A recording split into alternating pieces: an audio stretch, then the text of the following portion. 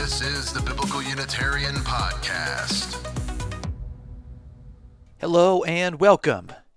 You're listening to the Biblical Unitarian Podcast, the podcast that aims to start conversations about the oneness and unity of God and about the humanity of Jesus.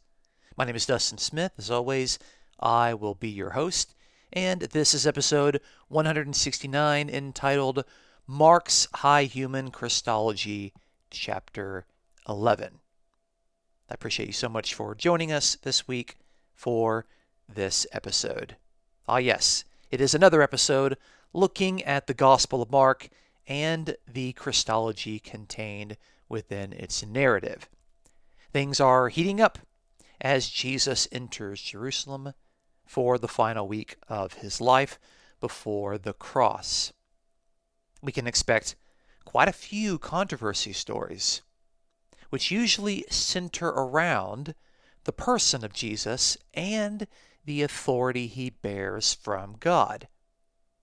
I have really tried to give an honest attempt at reading the Christological passages in Mark in the highest, most divine way possible, but time and time again, I keep seeing the evidence pointing in a different direction, wherein Jesus is distinct from God, while at the same time bearing God-given prerogatives, authority, and empowerment. In this week's episode, we will look at Mark chapter 11 and note 3 stories that all directly deal with Mark's Christology. First, we will examine the so-called triumphal entry to see how the crowds regard and understand Jesus. Second, we will examine Jesus' temple tantrum and his subsequent transitioning of the temple functions unto his own disciples. What sort of person is allowed to make these dramatic changes in the temple cult? Lastly, we will look closely at the questions offered to Jesus by the temple leadership regarding his authority and from whom did he receive it. Are the words and deeds contained within Mark chapter 11 just too high for a human being to enact? Or are they reasonable within a framework of a highly authorized and anointed member of the human race? Let's find out on this week's episode of the Biblical Unitarian Podcast. Our first point today is the Triumphal Parody. We're reading out of Mark chapter 11, starting in verse 1.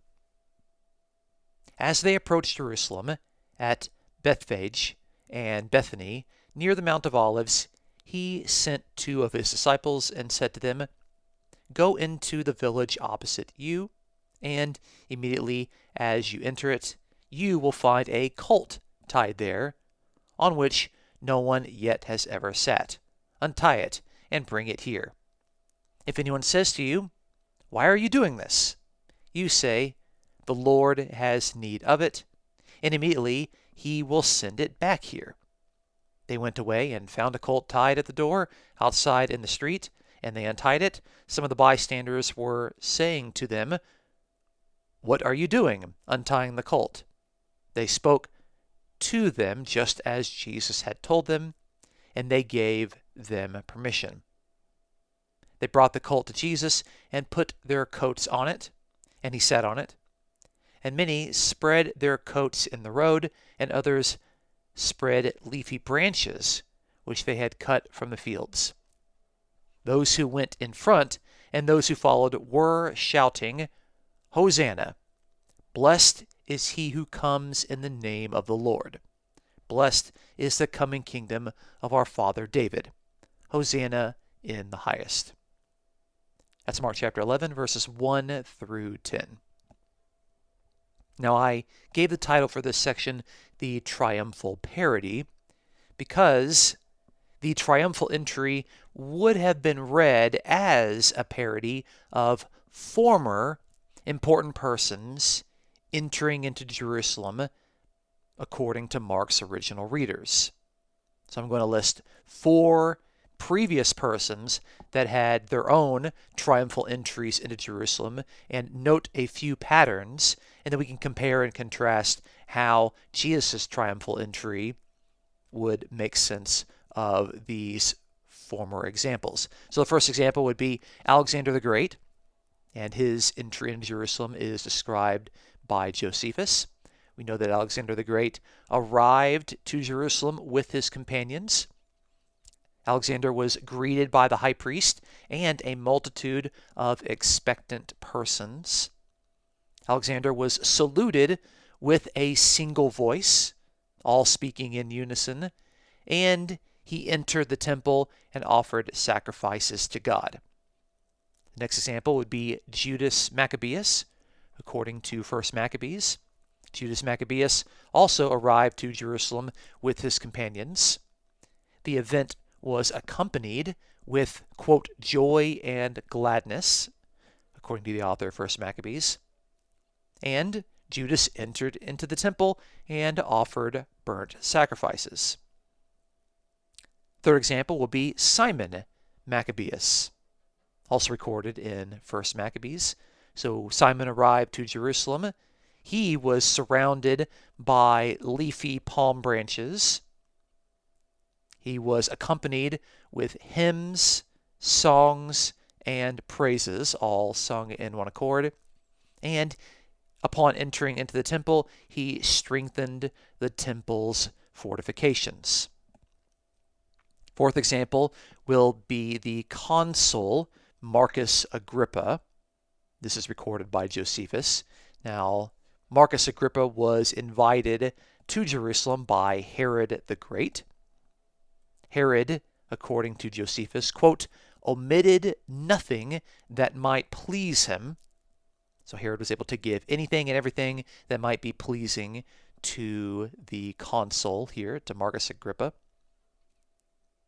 Marcus Agrippa was met with crowds, and they were all wearing festive garments. He was accompanied with welcoming acclamations, and he entered into the temple and offered sacrifices together with Herod the Great. So in fact, this sort of reception that we're seeing has a lot of similarities with what we see here in Mark chapter 11.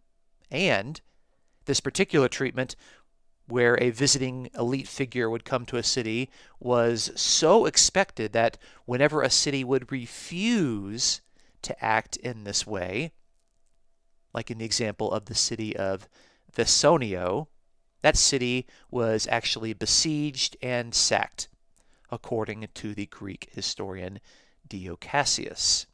So this was a very common and expected way that you would treat a arriving elite figure. Now, when Jesus enters, the story sort of looks like he is following the script of these other elite persons that are entering into Jerusalem. Jesus arrives with his companions. He is greeted with a crowd, and they offer a collective chant in unison. He is greeted with leafy palm branches. Now he is granted a donkey upon which he can ride as a courtesy of some local villagers, and Jesus enters into the temple. So all of those things look like Jesus following the script. However, there are some details that indicate that this story is of a parodying nature. Let's look at a couple of these details. Well, we can see that the animal used for Jesus' entry is borrowed. Granted, it was borrowed with permission, and Jesus promised that he would return it. So Jesus is not forcibly requisitioning a particular animal as if he has authority over these people that he is enacting. Jesus, of course, enters on this lowly animal. He's not like Alexander or these various war heroes coming in on a war horse or even a chariot. Now, the climactic part of the story, wherein the parody is ultimately made known, is when Jesus enters the temple, where, unlike the former elite persons before him, who all made sacrifices, Jesus does not offer sacrifices. Jesus does not fortify the temple. In fact, he disrupts the sacrificial system. He cleanses the temple, and he judges the practices taking place therein as unfit for what the temple of God represented. So that is kind of the climactic punch to where the parody is ultimately made known. But if you're a reader of Mark and you're not familiar with these various stories of the triumphal entry, you would not see and recognize that particular parody. Now, let's take a look at the chant that is offered to Jesus during his entry. We also notice that when these elite persons would enter into the city, or specifically when the four entered into Jerusalem, they were accompanied in unison with various chants, acclamations, hymns, praises. And so here in Mark 11, verses 9 through 10, it says that those who went in front and those who followed were shouting, "Hosanna, blessed is he who comes in the name of the Lord. Blessed is the coming kingdom of our father David. Hosanna in the highest." So they're drawing this out of primarily Psalm 118, where the Lord there is Yahweh himself. It's the divine name. Of course, when the Greek translates it, it's going to use the word Kyrios, the word Lord. But when it says, "Blessed is he who comes in the name of the Lord," that is, he who comes in the name of Yahweh.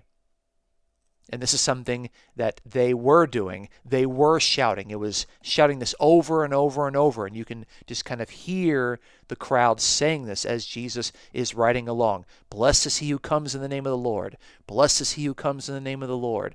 Blessed is he who comes in the name of the Lord." They were just repeating this over and over. Now, by shouting Hosanna and declaring that Jesus as coming in the name of Yahweh, do the crowds think that Jesus is Yahweh? I think that this would be a mistaken interpretation because it confuses the sender with the agent who is sent. Let's look back at the original context of Psalm 118, which was a pilgrimage festival psalm. But I'm going to look in Psalm 118. I'm going to start in verse 25, where the psalmist says, "O Yahweh, do save, we beseech you. O Yahweh, we beseech you, do send prosperity. Blessed is the one who comes in the name of Yahweh." That's Psalm 118, verses 25 through 26. So we have the psalmist that is singing and shouting out to Yahweh and praying and beseeching Yahweh that he would save and that he would send prosperity. And then what happens? We have someone coming in the name of Yahweh as that person who was sent to bring about prosperity. So Jesus, quote, coming in the name of Yahweh, end quote, means that Jesus is the agent of Yahweh, bearing Yahweh's authority. And again, this chant is something that the crowds were repeatedly saying. The Greek is ekrazon in the imperfect tense. Now, the crowds regard Jesus as the agent of God, coming in the name of Yahweh, and they are not rebuked for their theology. The narrator himself of the chapter seems content with what the crowds are saying, and he does not paint them as misguided, as faithless, or even ignorant. We have seen other examples in the Gospel of Mark where the crowds have varying understandings of who Jesus is, and it's pretty clear in the context how Jesus or the narrator understands the response given by the crowds. And there's no indication here that the narrator disagrees with what the crowds are saying. Now, there might be another allusion taking place in regard to Jesus as the one who comes. Remember, he is the one who comes in the name of Yahweh. But it's this phrase, the one who comes. In Genesis chapter 49, there is a messianic prophecy given to Judah's family line. The royal line of Judah, which is indicated with a king's scepter, is linked with, as Genesis 49 verse 10 probably says in Hebrew, quote, he comes to whom it belongs, end quote. Now what is interesting is that the following verse, Genesis 49 verse 11, associates a cult with the royal line of Judah. And the Septuagint of Genesis 49 uses the same word for cult, the word polon, that Mark uses 4 times within this particular chapter. So what we have is a concentration of themes here. I count 3 themes, namely the one who comes, the cult, and the kingdom of David, who, by the way, is a descendant of Judah. And I'm going to make the argument that it's likely that these 3 together indicate that Genesis 49 is deliberately being echoed with this chant from the audience. And if so, then the understanding of the Messiah as being chanted in regard to Jesus is that of a human descendant from the lines of Judah and David, meaning the one who comes in the name of Yahweh is the human king to whom belongs the kingdom of David that bears Yahweh's authority. So I think we need to be thinking in this passage not only of Psalm 118, but also of Genesis 49, verses 8 through 11. Okay, so enough about that and the triumphal entry parody. Let's move on to Jesus within the temple. This is our second point, point number 2, which is the temple tantrum and the new temple community. I'll start here in verse 15 of Mark chapter 11. Then they came to Jerusalem, and he entered the temple and began to drive out those who were buying and selling in the temple, and overturned the tables of the money changers and the seats of those who were selling doves. And he would not permit anyone to carry merchandise through the temple. And he began to teach and say to them, Is it not written, My house shall be called a house of prayer for all the nations, but you have made it a robber's den? The chief priests and the scribes heard this, and began seeking how to destroy him, for they were afraid of him. For the whole crowd was astonished at his teaching. When evening came, they would go out from the city. As they were passing by in the morning, they saw the fig tree withered from the roots up. Being reminded, Peter said to him, Rabbi, look, the fig tree which you cursed has withered. And Jesus answered, saying to them, Have faith in God. Truly I say to you, whoever says to this mountain, Be taken up and cast into the sea, and does not doubt in his heart, but believes that what he says is going to happen, it will be granted him. Therefore I say to you, all things for which you pray and ask, believe that you have received them, and they will be granted you. Whenever you stand praying, forgive, if you have anything against anyone, so that your Father who is in heaven will also forgive your transgressions. That's Mark chapter 11, verses 15 through 25. Now, as we have already indicated, Jesus' actions in the temple create the climactic parody of the common triumphal entry stories into Jerusalem.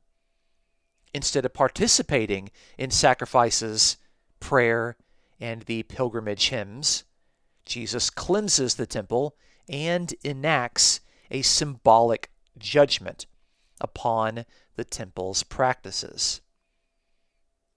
The cleansing of the temple and the withering of the fig tree stem from Jesus' authority expressed in these said acts of judgment.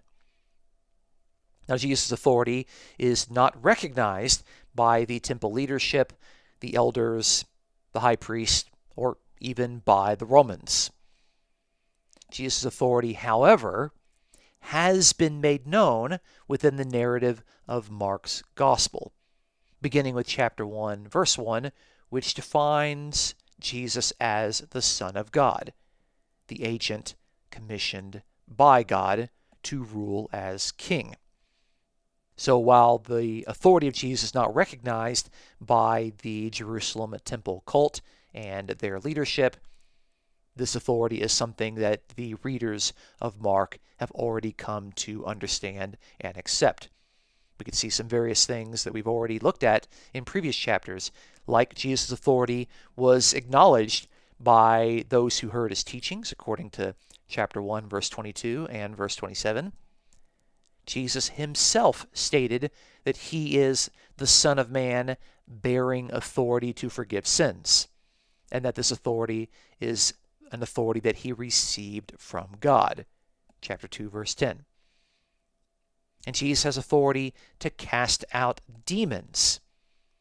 And Jesus even shared this authority with his own disciples. Chapter 3:15, chapter 6, verse 7.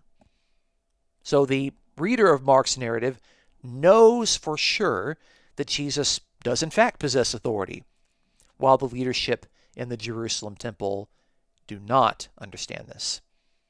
In fact, the quote-unquote driving out of those who are buying and selling in this particular account is described with the Greek verb ekvalo, which is the same verb Jesus used to cast out demons with his authority.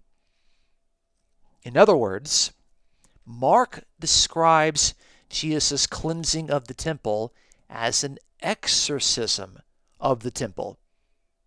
Both the casting out of demons and the casting out of the money changers are performed with Jesus' God-given authority. And that places the guilty persons within the temple leadership on the same side with the demons and the unclean spirits. Now, having enacted judgment upon the temple, destruction, of course, is soon to follow. And if Mark was written around the year 70 AD, or even slightly after, as some modern scholars are starting to argue, then Mark's readers would be well aware that the Romans did in fact destroy the temple, demonstrating that Jesus' prophetic act of judgment indeed came to pass. This would further demonstrate Jesus' authority over and against the authority possessed by the temple leadership with a prophecy that came to fruition. Now, if the temple, which is one of the most important aspects of Second Temple Judaism, was to be destroyed in an act of judgment, how would the functions of the temple, which are God-ordained, continue on? And Jesus answers this question by conferring the temple's most important functions unto his believing disciples. The disciples are instructed to have miracle-working faith in God. Mark 11, verses 22 through 23. It's the disciples who are told to be the ones who pray and make request unto God, no longer reserving this practice for what Jesus himself calls the house of prayer. Mark 11:24. And lastly, the disciples are to be the people through whom forgiveness is found, no longer reserving that role for the temple's high priest. Mark 11:25. So, The question we need to ask in regard to Christology is, who has the authority to take all of the basic principles of the Jerusalem temple and reapply them to a new group of people, now functioning as the believing temple community? Well, obviously God has that authority, but we also need to consider that the king, the Son of God, had authority over the temple according to Jewish theology.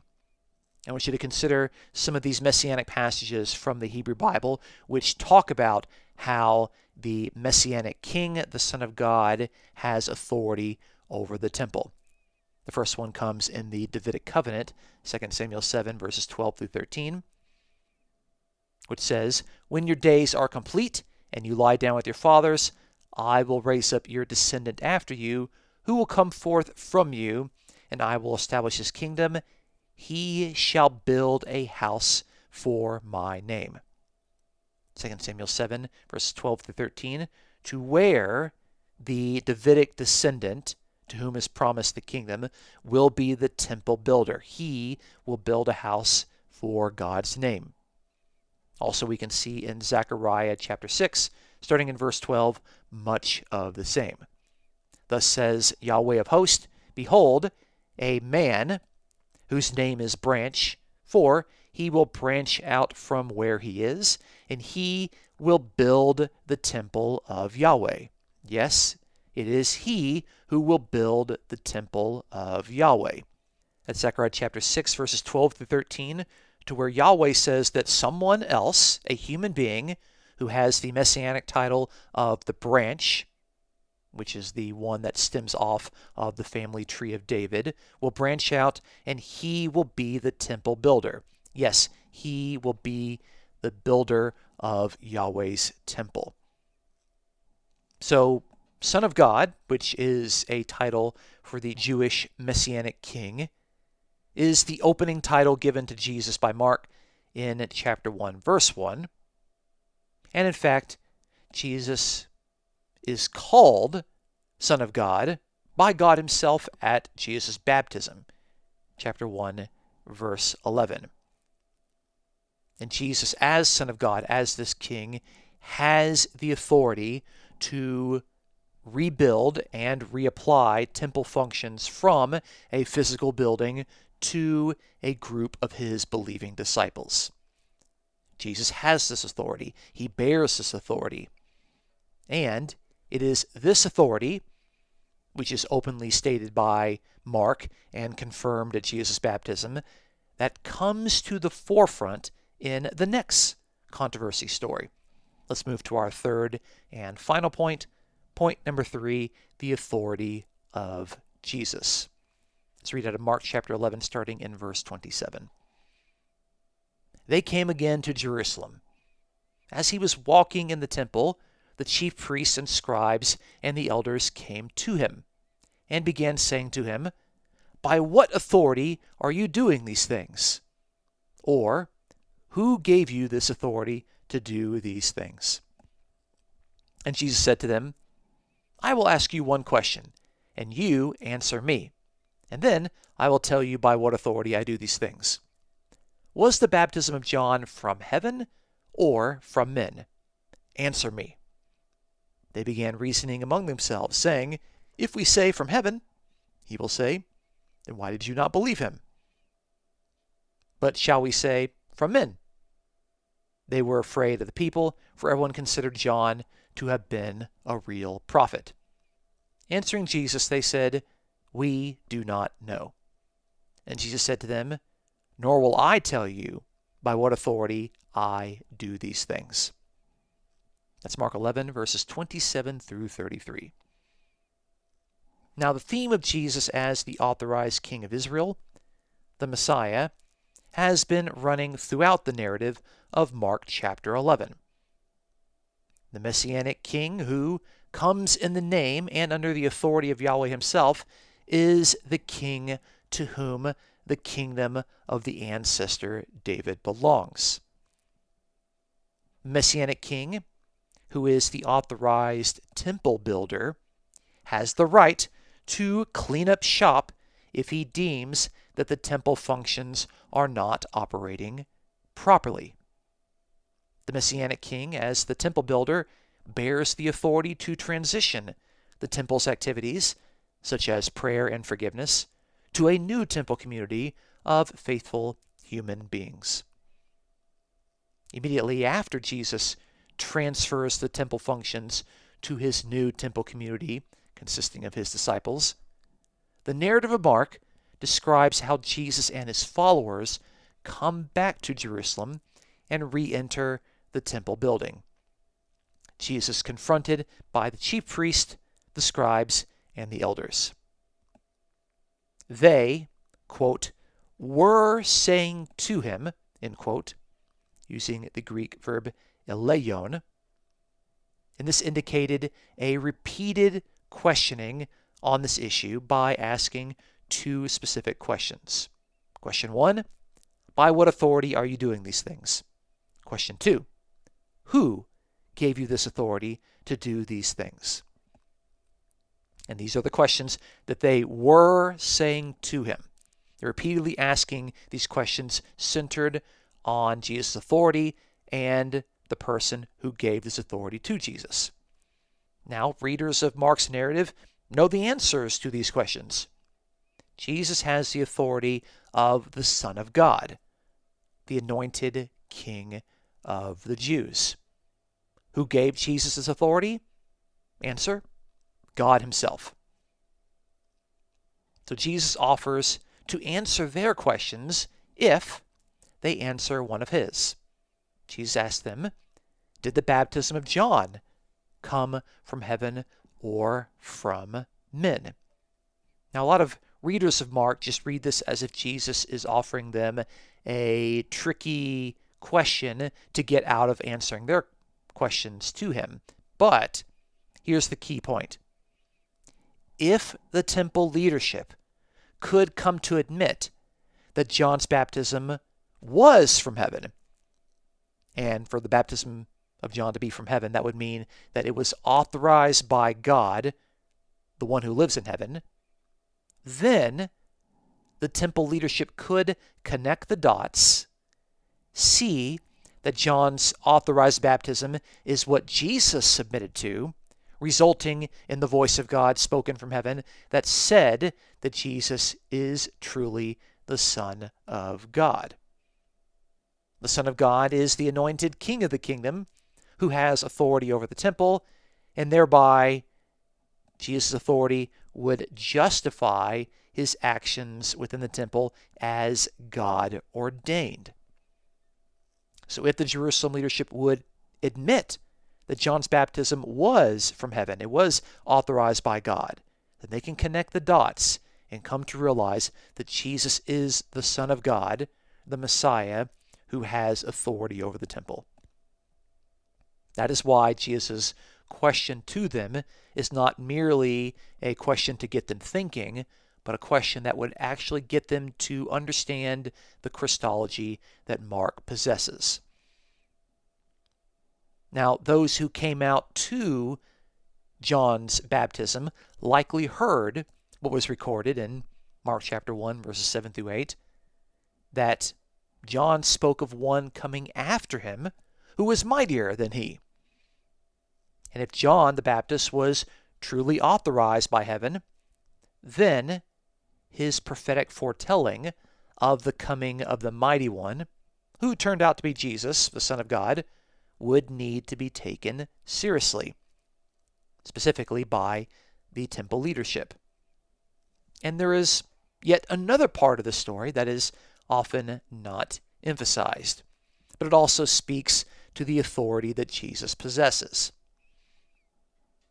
In verse 29, Jesus tells his dialogue partners to answer me before he gives his question. And then after he lays out the question, Jesus again demands that they answer me in verse 30. The repetition of the command to give him an answer highlights further the authority of Jesus, who effectively is commanding the leadership to do something that they refuse to do. So their failure to respond is actually disobedience. In conclusion, we have observed that the identity of Jesus within the Gospel of Mark is closely bound up with the authority Jesus possesses from God. As the narrative of Mark continues ever so quickly towards the cross, the identity of the authorized Jesus becomes more at the focal point of the controversies leading to his death.